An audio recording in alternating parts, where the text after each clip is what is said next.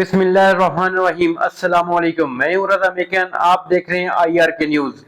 आइए जानते हैं कुछ आज की अहम अपडेट्स इमरान रियाज खान से। लाहौर वाला जलसा जो है वो बिल्कुल एंड पे जाके फंसा हुआ है और हुकूमत के लिए मुसीबत बनी हुई है। लाहौर में आसपास कंटेनर ही कंटेनर, सड़कों के ऊपर बेचारे कंटेनर वाले रोल रहे हैं। वो कहते हैं जी हमसे गाड़ियों की चाबियां छीन लेते हैं, हमारे कंटेनर खड़े कर लेते हैं ज़बरदस्ती पुलिस वाले। वो पुलिस वालों से पूछा, वो कहते हैं जी हम मजबूर है। मैंने आपको पहले भी बताया था कि मजबूर ही चल रहा है सारा काम। बिलावल मजबूर के बाद अब सारे लोग बता रहे हैं कि हम भी मजबूर हैं। तो बहरहाल वो कंटेनर जो है वो जगह जगह छीने जा रहे हैं। वो कंटेनर वाले कहते हैं जी हमसे पुलिस छोड़ने के लिए भी 20,000 रुपये रिश्वत मांगती है। हम गरीब लोग हैं, मजदूर लोग हैं, कहाँ से हम पैसे दें? तो लोगों की मजबूरियां भी ये फ़ायदा उठाते हैं और उनसे खेलते हैं। बहरहाल जलसा हुकूमत के लिए मुसीबत बना हुआ है और नाक में दम की हुई है पाकिस्तान तहरीक इंसाफ ने। और कभी एक जगह डिसाइड करते हैं, कभी दूसरी, कभी तीसरी। शाही किला को 2 दिन के लिए बंद कर दिया इस वीकेंड पे, और कि जी आप वहाँ पे आ ही नहीं सकते। मीनार पाकिस्तान जहाँ पे अभी तारुल कादरी साहब का प्रोग्राम हुआ था, फजल रहमान साहब का प्रोग्राम हुआ था, उससे पहले और प्रोग्राम्स भी हुए थे। तहरीक लब्बैक वालों ने भी प्रोग्राम किया था। उससे पहले जो है वो नवाज शरीफ साहब ने कबूतर वहीं पे आके उड़ाए थे, और वो अलग बात है उनके बाद में तोते उड़ गए। लेकिन ये सारा काम जो है वो मीनार पाकिस्तान में हुए थे। अब मीनार पाकिस्तान में जब तहरीक इंसाफ जलसा करना चाहती है तो ये डर जाते हैं। रीज़न ये है कि अंदरून शहर जो वॉल सिटी है लाहौर की, ये एक दौर था कि PMLN का गढ़ हुआ करता था। हमजा, शहबाज शरीफ, नवाज शरीफ, यहां से जब भी इलेक्शन लड़ते थे वन साइडेड फैसला आता था, टक करके इलेक्शन जीत जाते थे।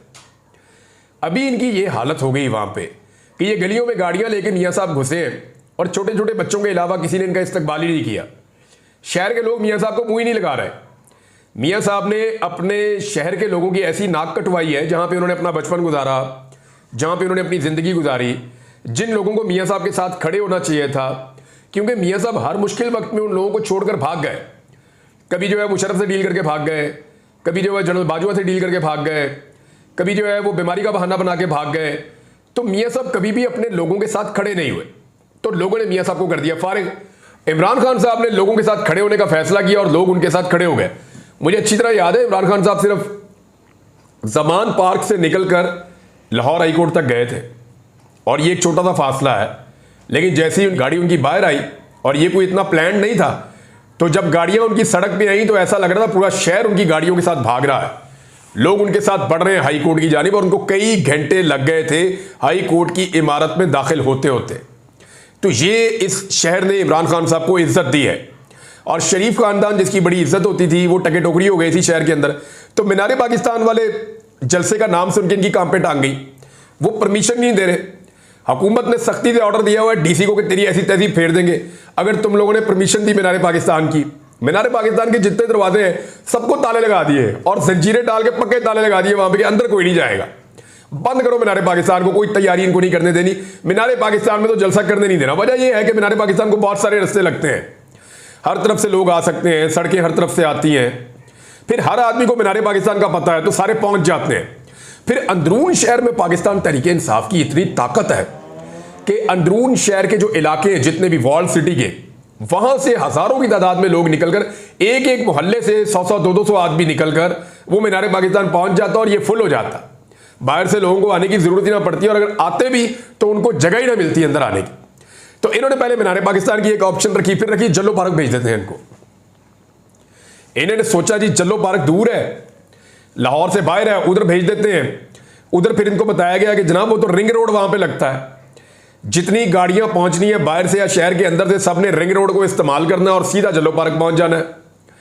और दूसरा, क्योंकि रिंग रोड बिल्कुल जल्लो पार्क के करीब है और जल्लो पार्क बहुत बड़ा भी है, उसके अंदर पार्किंग भी बेशुमार है, जितनी मर्जी गाड़ियां आप खड़ी करें, बहुत बड़ी जगह है वो। तो इससे भी वो घबरा गए। दूसरा, जो आपकी कैनाल रोड है वो सीधी जा रही है वहां से। तो ये जल्लो पार्क से भी फिर पता चला कि जी अब एक तीसरा वेन्यू है, उसके बारे में बात हो रही है। वो जी मवेशी मंडी है शाहपुर कांजरा वाली, मुल्तान रोड वाली। पता चला जी वहां जलसा किया जाएगा। अब वहां जलसा किया जाएगा तो पता चला कि इसको मोटरवे भी लगती है, इसको मेन मुल्तान रोड भी लगती है, और आगे जो पत्तों की, बल्लों की, उससे आगे साहिवाल, उकाड़ा, मुल्तान से लेके सारी ट्रैफिक इधर को आ जाएगी, और फैसलाबाद वाली साइड से सारे मोटरवे से आ जाएंगे। तो नहर वाली साइड से लाहौर जो है वो इस तरफ को आ जाएगा। तो ये भी एक मुश्किल पड़ गई कि जनाब अब यहां पे क्या करें। तो फिर एक और वेन्यू जो है वो भी डिस्कशन होना शुरू हो गया। पता चला कि शायद वो फाइनल हो गया है। अब तक की इतला के मुताबिक जो फाइनल हुआ वो ये है कि फिरोजपुर रोड के ऊपर जब आप ये जो मेट्रो बस इन्होंने चलाई हुई है, इस बस के साथ साथ आप जाते हैं तो आप जैसे ही गज्जू मत्ता क्रॉस करते हैं, गज्जू मत्ता एक पॉइंट है, जैसे ही आप गज्जू मत्ता क्रॉस करते हैं तो अगले चौक के अंदर राइट साइड पे एक इन्होंने, वहां पे भी एक मवेशी मंडी है और बहुत खुली जगह है, बहुत बड़ी जगह मैंने देखी हुई है। वो जगह इनको प्रोवाइड कर दीजिए, आप जाके वहां पे जलसा कर दें। अब वो जलसा भी हो सकता है क्योंकि मेन फिरोजपुर रोड है, कसूर से काफले आ सकते हैं, लाहौर से काफले जा सकते हैं। फिर मजे की बात यह है कि यहां से भी रिंग रोड गुजरता है 1.5 किलोमीटर के फासले पे, एक किलोमीटर होगा मैक्सिमम, तो यहां से भी रिंग रोड गुजरता है। रिंग रोड को लोग ये भी इस्तेमाल कर सकते हैं। नंबर 1 रिंग रोड इस्तेमाल होगा, नंबर 2 फिरोजपुर रोड इस्तेमाल होगा, नंबर 3 न्यू डिफेंस रोड जो है परले वाला वो भी इस्तेमाल होगा। और जो लोग शुमाली लाहौर से आना चाहते हैं वो एक रिंग रोड वाली साइड ले लेंगे, जो दूसरे मेन लाहौर से आना चाहते हैं वो ये मेट्रो के साथ साथ आ जाएंगे। और जो लोग नया लाहौर जो बना हुआ है इस तरफ को जो सोसाइटीज हैं इधर से आना चाहते हैं वो न्यू डिफेंस रोड वाली साइड से आ जाएंगे और कसूर वाले तो सीधे ही जलसेगाह में पहुंच जाएंगे। और जो बाहर से काफले आएंगे उनको भी ये रास्ता मिल जाएगा कि वो रिंग रोड को यूज करेंगे। तो अब इस जगह के ऊपर भी सोच रहे हैं कि ये दें या ना दें। ये नहीं, हुकूमत इतनी बुरी फंसी है कि पाकिस्तान तहरीके इंसाफ का जलसा नाकाम कैसे करना उनको समझ ही नहीं आ रही बेचारों को। अब जो शराइत दे दी है वो इतनी ज्यादा शराइत है, इतनी ज्यादा शराइत है कि जनाब इतने बजे से लेकर इतने बजे तक आपने जलसा खत्म करना है। और एक शर्त ये भी रख दी कि अफगानिस्तान के परचम नहीं होने चाहिए जलसागाह के अंदर भी। आज से पहले किसी पाकिस्तान तहरीके इंसाफ के जलसे में किसी मुल्क और का परचम आपने देखा है? किसी और मुल्क का आपने झंडा देखा तहरीके इंसाफ के जलसे में? नहीं देखा। किसी और मुल्क का झंडा आता ही नहीं है। लेकिन ये शर्त रखी है, इसका मतलब है कि हुकूमत ने कुछ प्लान किया हुआ है, कुछ साजिश हो रही है कि वो कोशिश करेंगे कि किसी और मुल्क का झंडा वहां पहुंचाया जाए और उसके बाद उस पर मुकदमा किया जाए। बहरहाल पाकिस्तान तहरीके इंसाफ पे मुकदमे तो होने हैं, ये कोई नई बात थोड़ी है, रोज ही होते हैं मुकदमे। मैं हालांकि पाकिस्तान तहरीके इंसाफ नहीं हूं, लेकिन मेरे ऊपर भी 3 दर्जन मुकदमे के बात नहीं सुनता, या जैसे हम कहते हैं वैसे नहीं करता। तो मुकदमे पाकिस्तान के अंदर कोई वुक्कत और हैसियत रखते ही नहीं, फर्क ही नहीं पड़ता। मुझे जब खबर मिलती है ना आपके एक नया मुकदमा हो गया तो मैं कहता हूं अच्छा ठीक है। ये नहीं, इतना टाइम भी नहीं होता, अगर आप खाना खा रहे हैं तो मैं खाना नहीं छोड़ सकता, नया मुकदमा हो गया तो।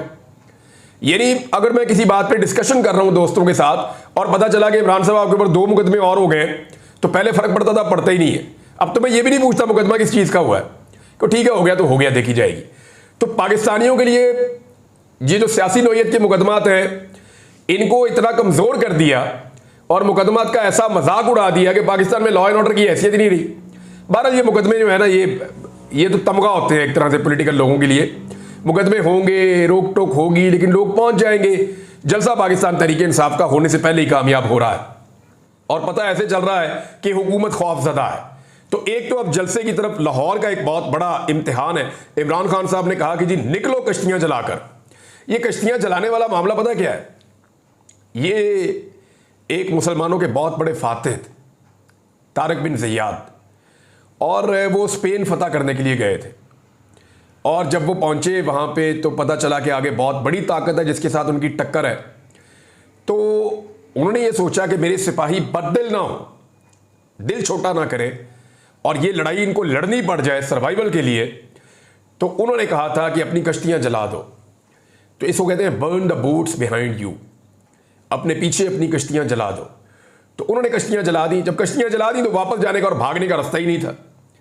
या तो आप यहां मालिक बन के रहेंगे या आप गुलाम बन के रहेंगे और आपको शिकस्त हो जाएगी, आप मारे जाएंगे।